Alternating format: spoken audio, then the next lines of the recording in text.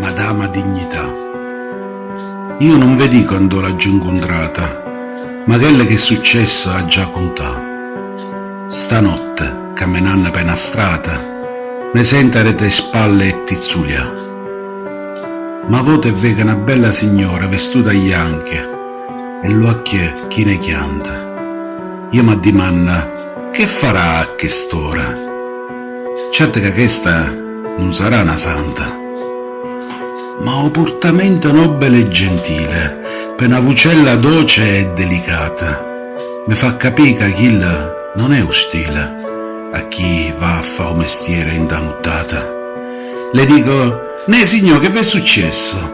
Perché è stata così? Perché chiagnite?» Essa mi fa: «N'agge subito offesa a chi non è più degna che sta vita. Io so quella che sta dinda a poesia e va parlando a tutte le sordomute. Son prodotta e una filosofia stampata in coppa al libro mai eliggiuta. Mostro un coppa stu marciapiede, sfrattata de coscienze e tanta gente, che per capriccio e per qualche piacere, e n'anima ne fanno una pezzente. A sti parole sente dita in gambe un tremoliccio che mi fa sbannà. Io la dimanna: «Ma come ti chiami?» E se scompare e dice: «Dignità».